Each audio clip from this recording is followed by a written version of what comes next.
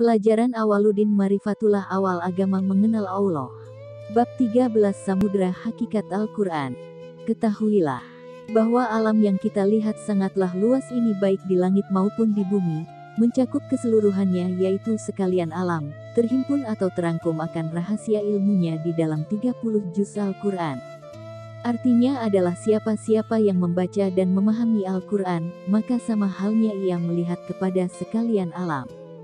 Karena hakikat penciptaan alam ini termuat pada 30 juz Al-Quran 114 surah 6666 ayat. Sangat agung sekali kitab Al-Quran itu yang diturunkan kepada Rasulullah Muhammad SAW yang kemudian menjadi kitabnya orang-orang Islam. Bahkan dikatakan bahwa Al-Quran itu sebagai penyempurna daripada kitab-kitab sebelumnya. Akan tetapi keagungan daripada Al-Quran itu bukanlah dilihat daripada tulisan dan bacaannya, melainkan daripada makna yang tersirat atau terkandung di dalamnya.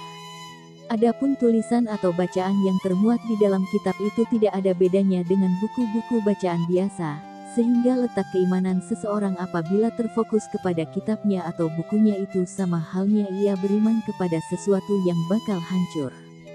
Saya katana bakal hancur karena apabila kitabnya atau bukunya itu dimasukkan ke dalam api ia akan terbakar, dimasukkan ke dalam lautan ia akan basah. Jangankan dibakar dan dimasukkan ke dalam air, ditaruh saja di atas lemari, tidak dirawat dan diurus lambat laun ia akan rusak dan lapuk dimakan oleh rayap.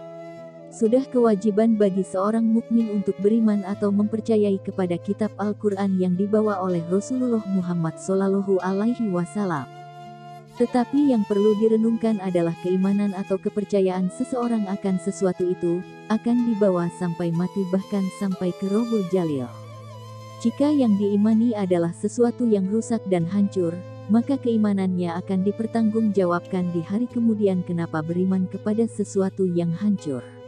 Tetapi apabila ia mengerti bahwa yang diimani itu bukanlah kitabnya atau bukunya, melainkan yang terkandung di dalamnya yaitu firman Allah, maka keimanan seperti itulah yang akan menjadi penolongnya di hari kemudian, karena makna yang terkandung di dalam kitab itu yaitu firman Allah, itu tidak akan hancur dan tidak akan musnah sampai kapanpun juga. Allah Subhanahu wa Ta'ala berfirman, dan sekiranya Quran diletakkan di atas gunung, maka gunung dapat digoncangkan, atau diletakkan pada bumi, maka bumi jadi terbelah, atau diletakkan pada orang mati maka orang-orang yang sudah mati dapat berbicara. Quran Surat Ar-Ra'd ayat 31. Quran yang manakah yang dimaksud di ayat tersebut? Saya yakin jika Quran kitab yang berbuku itu yang diletakkan di atas gunung maka pastilah gunung itu tidak akan hancur dan bergoncang, akan tetapi bukunya yang akan rusak terkena panas dan hujan. Tetapi jika Allah berfirman kepada gunung, makna Quran, hai gunung bergoncanglah engkau, maka pastilah gunung itu akan bergoncang. Hai bumi terbelahlah, maka pastilah bumi akan terbelah. Hai orang mati bicaralah, maka pastilah orang mati bisa berbicara. Sehingga sangat keliru jika mengartikan Al-Quran itu hanya sebatas arti harfiah saja, yaitu diartikan sebagai bacaan, padahal kita mengetahui, bahkan seluruh orang muslim tahu bahwa Al-Quran itu adalah firman Allah, kalam Allah, perkataan Allah dan suara Allah. Jadi tidak bisa dipersamakan firman Allah dengan bacaan. Lalu di mana letak keagungannya Al-Quran jika hanya sebatas bacaan saja? Tetapi jika Al-Quran itu dimaknai dengan firman Allah, maka itulah keagungan yang sangat mulia sekali. Kemudian dari firman Allah yang terdiri dari 30 juz 114 surah dan 6666 ayat itu terangkum lagi, tersimpulkan lagi di dalam surah Al-Fatihah. Di dalam surah Al-Fatihah itu dikatakan di hadits qudsi sebagai 7 ayat yang berulang-ulang. Firman Allah, aku turunkan kepadamu 7 ayat yang berulang-ulang, yaitu 3 bagiku, 1 antara engkau dan aku, dan 3-nya lagi bagimu. 3 bagiku adalah Alhamdulillahirobbilalamin, Ar-Rahmanir-Rahim, Maliki Yaumiddin. 1 antara engkau dan aku adalah Iyyaka na'budu wa iyyaka nasta'in. Dan 3 bagimu adalah Ihdinas sirotol mustaqim, sirotol ladzina an'amta alaihim. Ghairil maghdubi alaihim waladhdallin. Surah Al-Fatihah itu terdiri daripada 7 ayat yang terbagi menjadi 3. Bagi Allah. 1. Antara insan dengan Allah.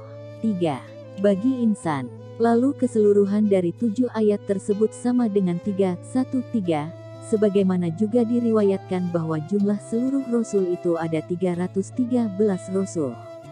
Kemudian kandungan surah Al-Fatihah itu terangkum lagi, tersimpulkan lagi pada kalimah Bismillahirrohmanirrohim, artinya adalah, dengan nama Allah yang Maha Pengasih Penyayang. Akan tetapi makna daripada kalimah tersebut adalah, Allah hadir pada tiap-tiap sesuatu juga pada dirimu dalam sifat kasih dan sayangnya. Bagi mereka-mereka yang mengerti akan makna daripada kalimah Bismillahirrohmanirrohim, maka sama halnya ia telah memaknai surah Al-Fatihah, dan mereka yang dapat memaknai Al-Fatihah maka sama halnya ia telah memaknai 30 juz Al-Quran 114 surah 6666 ayat, dan bagi mereka yang telah dapat memaknai 30 juz Al-Quran maka sama halnya ia telah memaknai rahasia kehidupan seluruh sekalian alam. Karena itu setiap orang muslim ketika ingin memulai sesuatu pekerjaan selalu didahului dengan ucapan Bismillahirrohmanirrohim, di mana maknanya adalah, Allah hadir pada tiap-tiap sesuatu juga pada dirimu dalam sifat kasih dan sayangnya. Itulah yang dianjurkan oleh baginda Nabi Muhammad SAW, dan terus turun-temurun sampai kepada orang-orang tua kita. Lalu menjadilah suatu budaya bagi orang muslim untuk memulai sesuatu pekerjaan itu dengan ucapan, Bismillahirrohmanirrohim. Kenapa saya katakan bahwa itu menjadi budaya bagi orang muslim, padahal itu kan suatu kebaikan yang ada dalam agama Islam sebagai sunnah. Benar. Akan tetapi sesuatu yang dilakukan atau diperbuat jika tidak mengetahui rahasia dan makna yang terkandung di dalamnya maka sesuatu itu tidak ubahnya sama halnya dengan budaya. Jika memang itu adalah suatu sunnah, maka ketahuilah rahasia dan maknanya. Jika tidak maka apa yang diperbuat dan dilakukan tidak akan memberikan barokah pada dirinya walaupun ia telah memulainya dengan Bismillahirrohmanirrohim.